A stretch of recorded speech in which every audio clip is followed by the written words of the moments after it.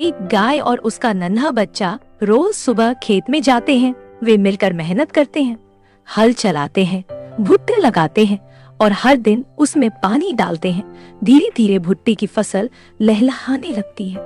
लेकिन एक दिन अचानक एक बंदा खेत में आ जाता है, हाथ में तलवार लिए। वह बिना कुछ सोचे समझे भुट्टे के पेड़ों को काटना शुरू यूं कर देता है।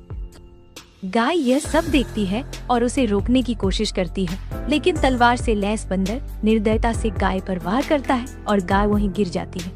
यह सब उसका छोटा बच्चा देख रहा होता है। वह दौड़ कर आता है, अपनी माँ को देखकर फुट-फुट कर रोने लगता है। फिर हिम्मत करके पुलिस को कॉल करता है। पुलिस बंदर को अंदर को गिरफ्तार है। गाय का बच्चा सारा सच बताता है। पुलिस बंदर को गिरफ्तार ले। एक दिन एक छोटे से जंगल में एक छोटा सा चूहा भूखा बैठा था। वह पेड़ के नीचे उदास था। तभी एक इंसान वहां आया और उसने चूहे को देखा। इंसान मुस्कुराते हुए बोला, तुम यहाँ क्या कर रहे हो छोटे दोस्त? चूहा थोड़ा डरते हुए उत्तर दिया, मैं भूखा हूँ, मुझे खाना नहीं मिला। इंसान ने अपनी जेब से एक छोटा सा बिस्किट निकाला और चूहे को दिया। लो, ये खा लो। चूहा खुश होकर बोला, धन्यवाद दोस्त, तुमने मेरी मदद की। इंसान मुस्कुराते हुए कहा, हमेशा याद रखना, सच्ची दोस्ती हर मुश्किल का हल निकाल सकती है। किसान और कबूतर खेत में खुदाई कर रहे होते हैं। तभी वहाँ एक पागल दादी आ जाती है और किसान का मजाक उड़ाने लगती है। किसान कुछ नहीं बोलता, बस खुदाई करता रहता है। खुदाई करते किसान को मिट्टी के नीचे से एक चमचमाता हुआ तांबे का मटका मिलता है। वह उसे घर ले आता है और जब मटका खोलता है तो देखकर हैरान रह जाता है। उसमें एक जादुई नीम का पौधा उग रहा होता है। किसान उसे खेत में लगा देता।